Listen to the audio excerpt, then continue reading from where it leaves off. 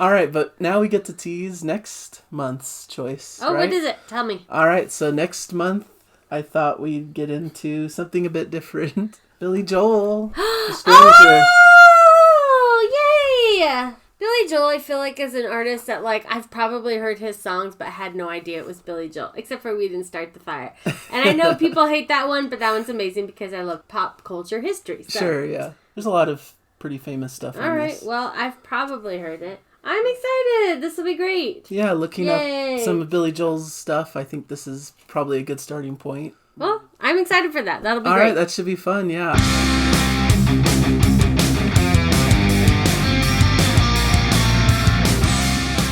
Hello everybody and welcome to Nathan on Shuffle and to our latest episode of Classic Albums 101.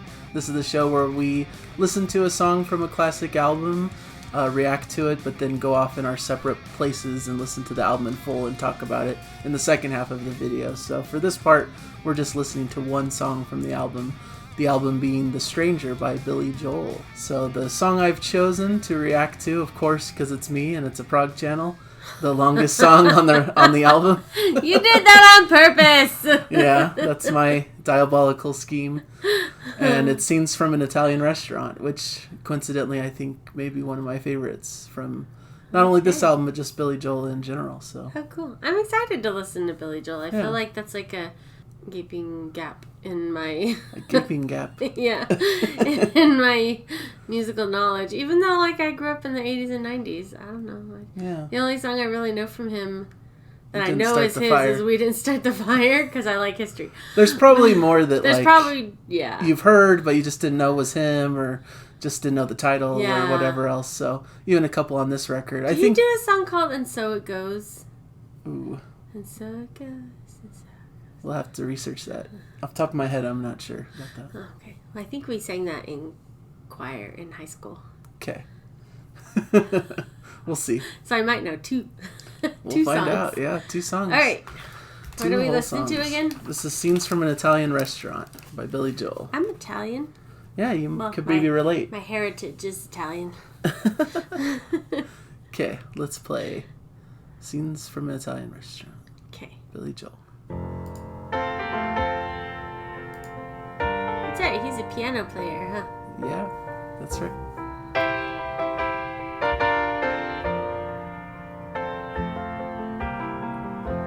A bottle of white, a bottle of red, perhaps a bottle of rosé instead.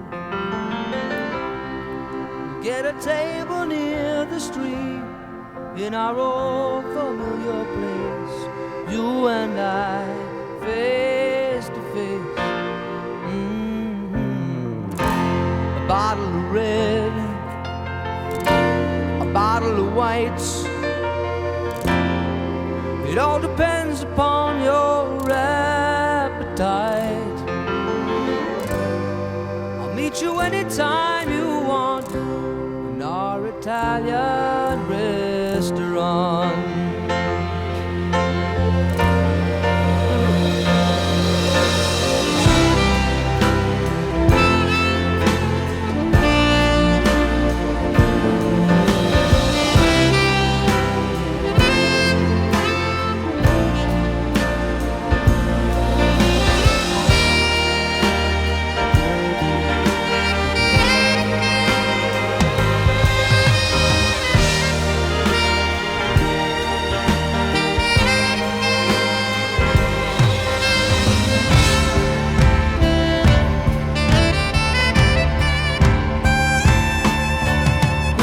Okay with me these days. Got a good job, I got a good office. I got a new wife, got a new life, and the family is fine. Oh, lost touch long ago. You lost weight, I did not know. You could ever look so nice after so much time. You remember those days hanging out at the Village Green? Engineer boots, leather jackets, and tight blue jeans.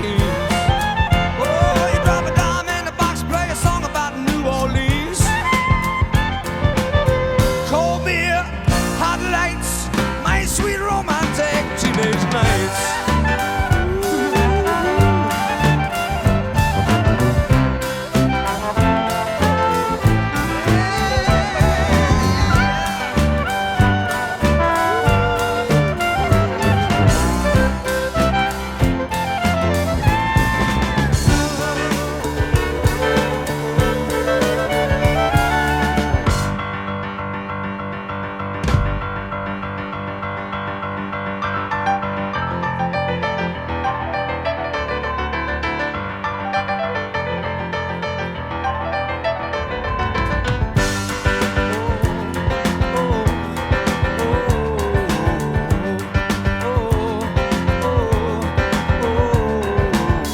and Eddie were the popular steadies, and the king and the queen of the bomb.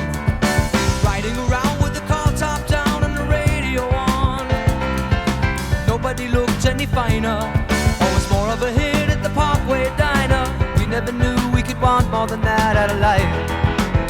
Sure, the Bender and Eddie would always know how to survive. Oh.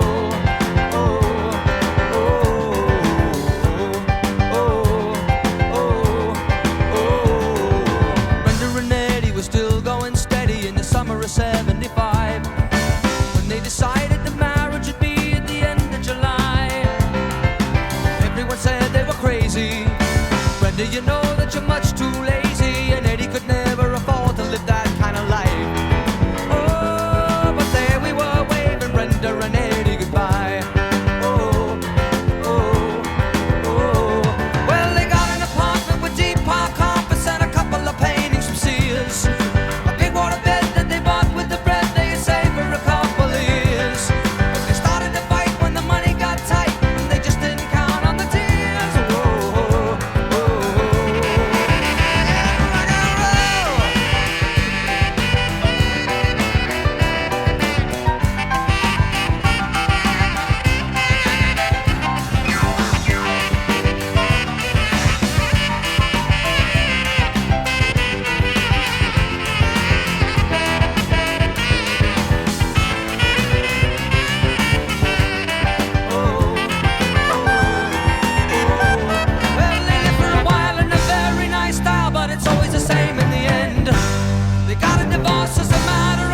They parted the closest of friends.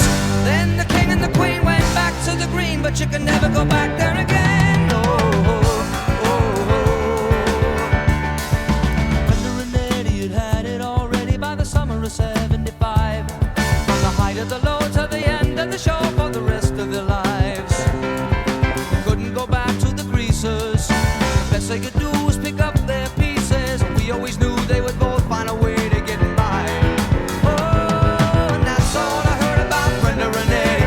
Tell you more, cause I told you already. And here we are waving Brenda and Eddie goodbye. Oh, oh, oh, oh, oh,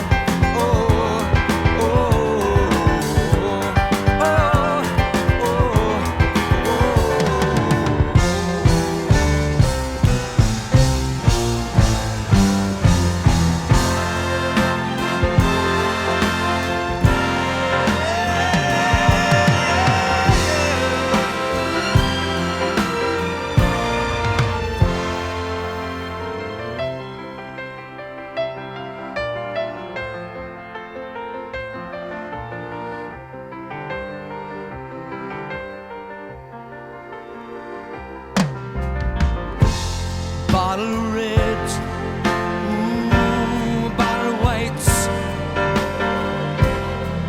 Whatever kind of mood you're in tonight, I'll meet you anytime you want in our Italian restaurant.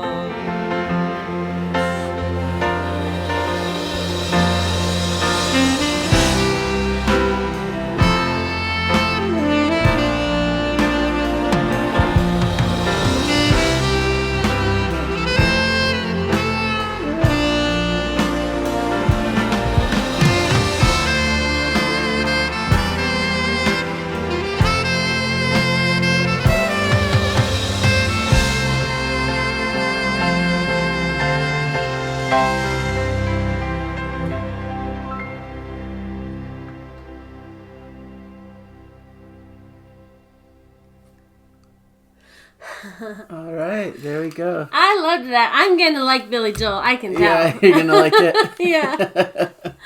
Cool. That's gonna be good. I like the little story they had going on, and Yeah. Summer of 75 is when my parents got married. Oh, cute. But they're not divorced. They're still together. So. Oh, okay. That doesn't count. I'm just kidding. Okay. But I liked that a lot. I liked that it like had the slow and then the fast and then the slow again. Uh-huh. And then at the end, at the very end, there was like, it was so faint, but there was like somebody blowing on a those jugs. Oh, okay. That's what stood out to you? The jug part? I thought like there was a noise coming from somewhere. Then I realized it was in the song. Okay.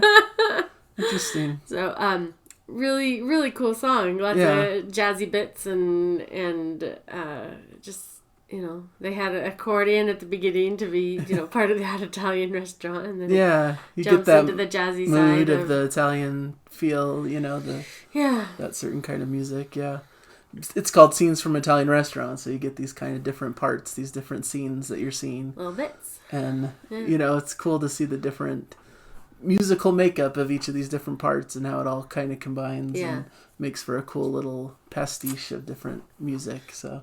Not pastiche. Yeah, but all showing his skills, his piano skills, and his wonderful voice and storytelling ability. He's great. So, just really... Similar sound to Elton John. Yeah, I think that's right. Yeah, very similar kind of style that came out from this era. Both doing music all around the same time. So. What year was this album? I want to say 77. Yeah, 1977 is this album. So. Okay. A little bit later than, like, for example, Elton John's Yellow Brick Road and things like that. Mm-hmm. Goodbye Yellow Brick Road.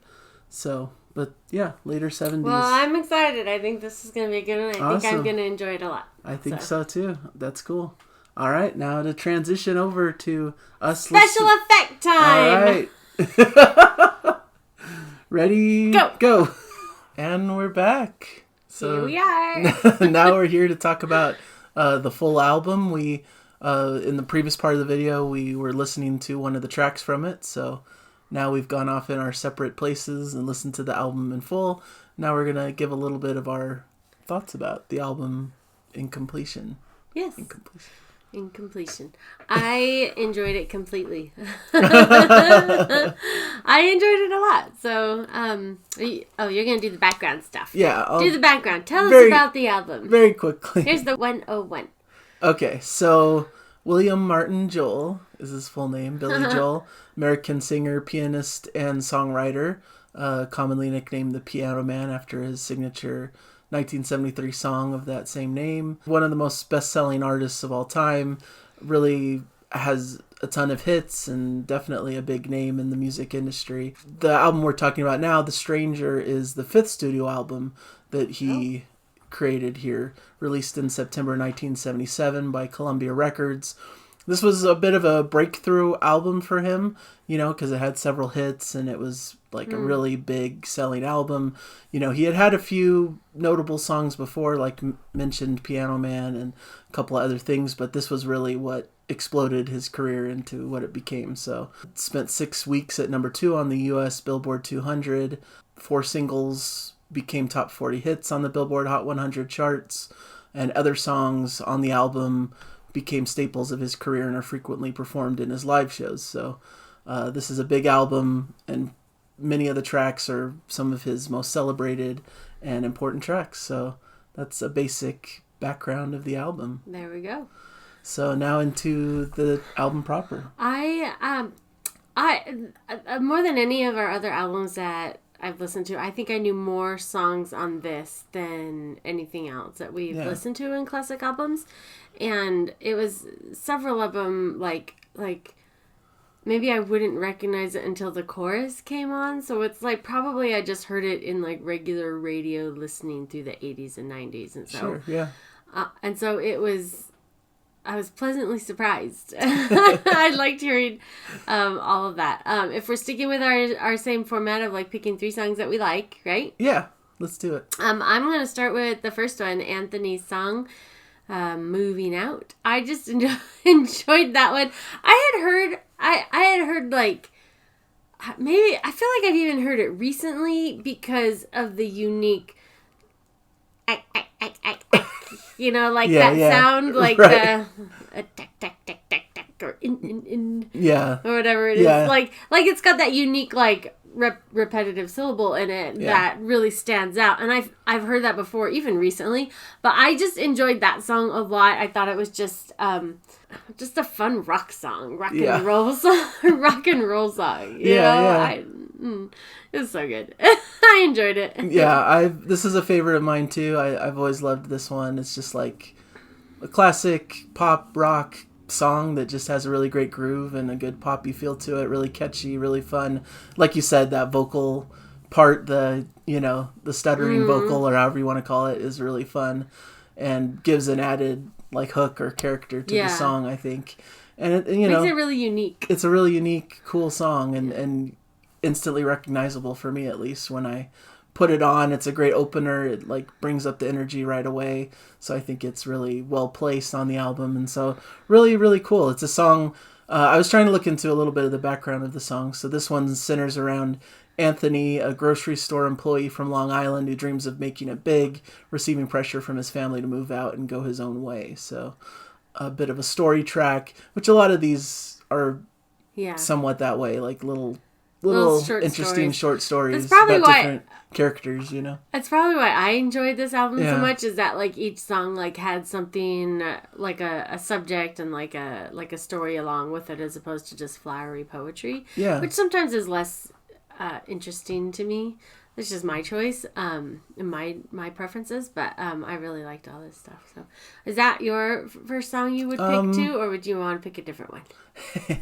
Just to spread them out. Well, just to spread it out, I guess. Yeah. You gave me a little bit of freedom to pick something different, and I'll just keep going with it because I love "The Stranger," the title track. That's the next track.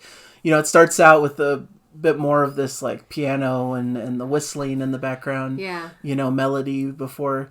And then it gets into more of like a cool funky groove and continues forward with a great guitar hook and really funky bass line before it returns back to that piano and whistling stuff from the beginning, which is also reprised at the end of the album as well, which I'm sure we'll talk about. So really cool track that, it wasn't one of the big hits from the album, but it was one that stood out to me on listening to it just because of that funkiness and grooviness to it, and really fun. It says that it was written without any core themes in mind and open to interpretation. Said it could be seen as a song about a man with schizophrenia. So interesting.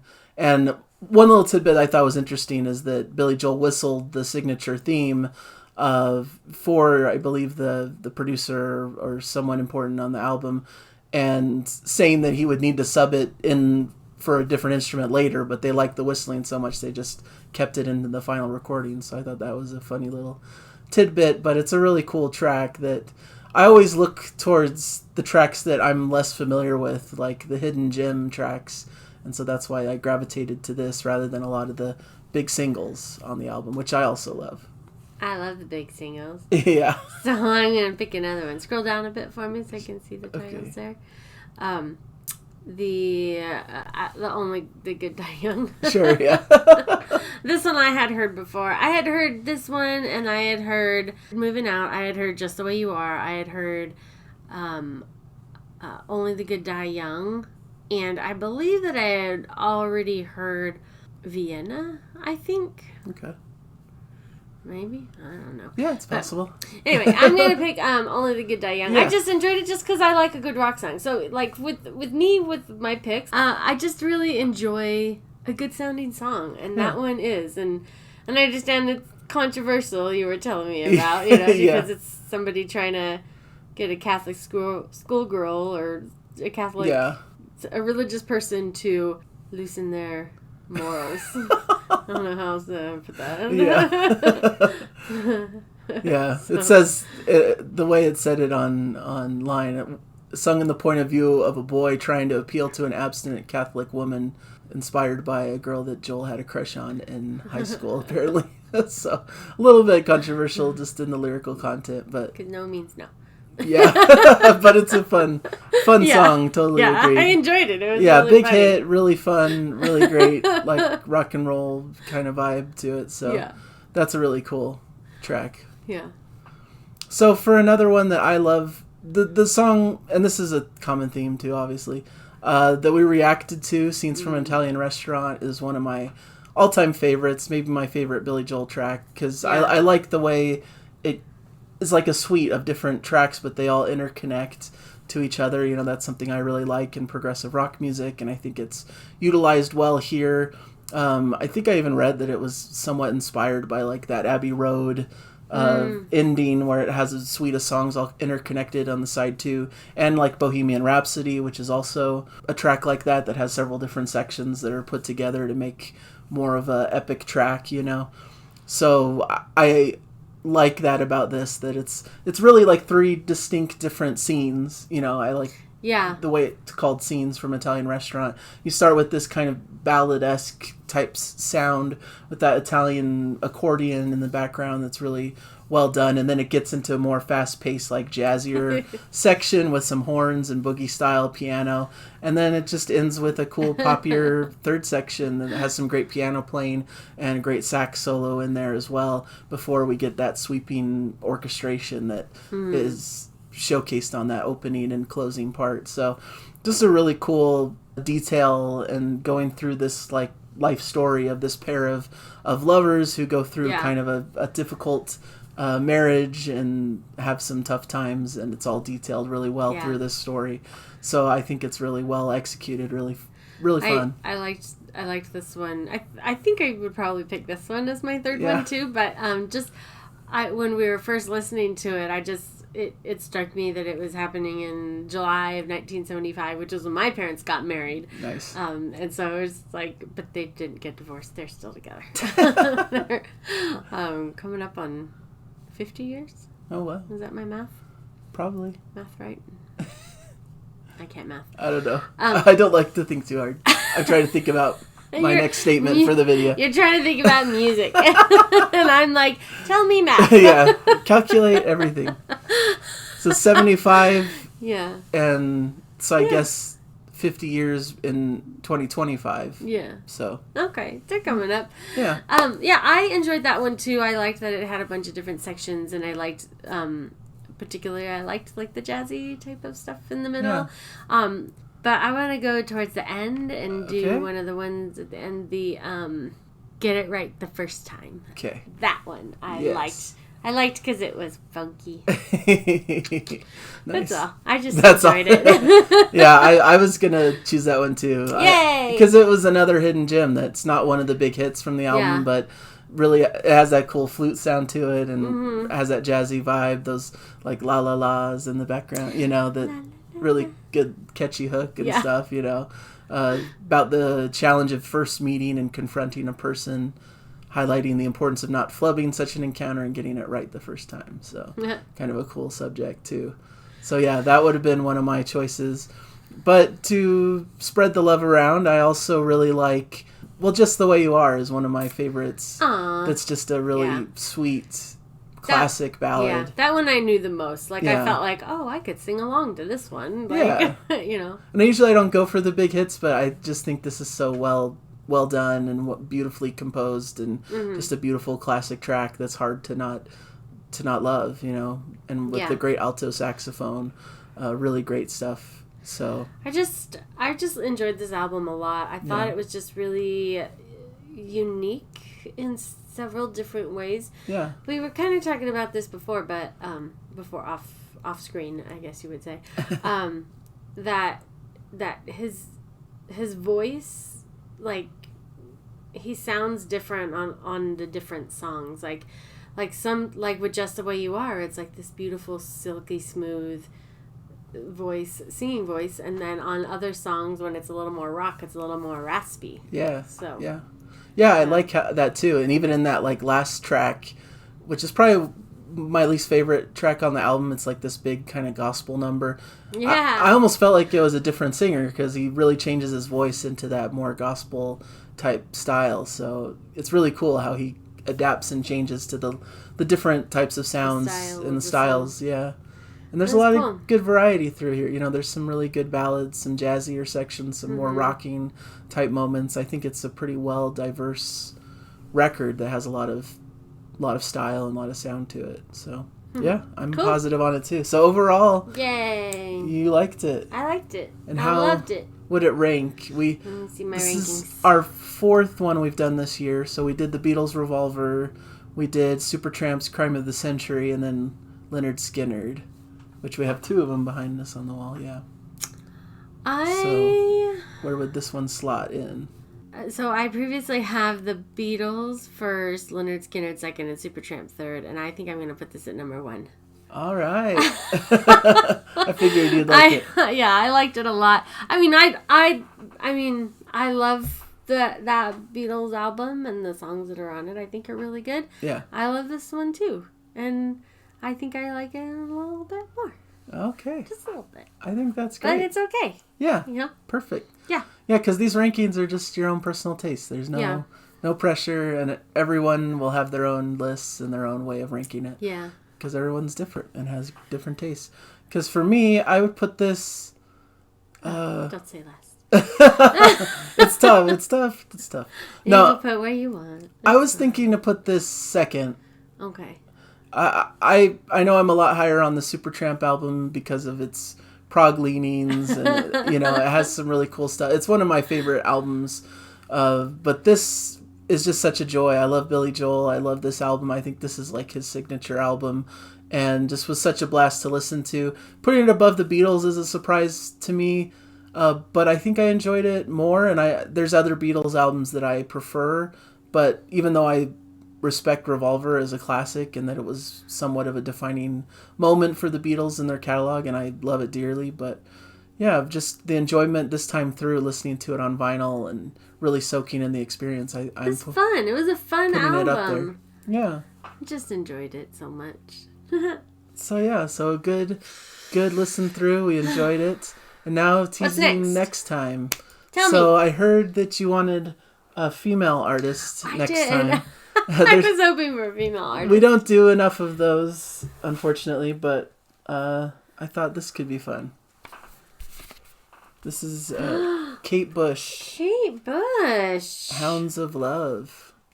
Wow. Does this have that one from the show? Yeah, it has the one from Stranger Things, which is part of why I thought it would be Running Up cool. That Hill. Yeah. I think that's good because, like, as much as I love Stranger Things and they would talk about that song and Kate Bush and it became all big and popular, I'm like, I didn't know this song. Yeah. So I don't know any of her music. Yeah, she's... Or maybe I do, but I just don't know that it's her. Yeah. So she looks beautiful. Look at all the purple. I love it. Yeah. So it's an artist I'm less familiar with too, but a lot of progressive rock fans really like her because she's a bit unique and has a really cool style. Almost like an art rock kind of sound. It's from 2018? Well, that's when it was reissued. I have a newer remastered version. But originally, I think it came out in like 1985, I want to say. Is it a colored vinyl? No, it's just your standard. But yeah. 1985? That's what I want to say. I could be off by a few years, but... Well, we'll figure it out. Yeah. Huh. That's fun. I'm excited. That'd be cool. It's something I need to get into more too. Yay! So really fun. There you go. Thank you, babe. Yeah. I'm excited. No problem. Let's do it. Yay! A female singer. All right, and so I guess with that, that's the end of our episode. Oh, sorry, hon. It's been fun. Please let us know in the comments your guys' thoughts on Billy Joel's The Stranger, if you guys are a fan. Love it? Yeah. Hopefully you guys enjoyed that one and are excited for the Kate Bush pick, and always leave any recommendations in the comments also of future albums we could cover. So, especially ones by female artists. I feel like I'm lacking in ideas for that, which I feel like it'd be nice to have more. You'd have to branch out of rock and get some Debbie Gibson. Well, I'm sure there's other choices. Or Wilson Phillips. We did do Joni Mitchell, so we went a little out of the rock realm for that one. I'm willing to do some like classic pop stuff, Yeah. I don't know if I want to get into like the bubblegum like 80s, That's 90s fine. stuff, but I'm sure there's some great choices out there. I'm sure everybody out there will love it, no matter what we pick. Oh. I hope so. No, I'm here for whatever we end up doing, whether it's male or female. I'm good. Cool.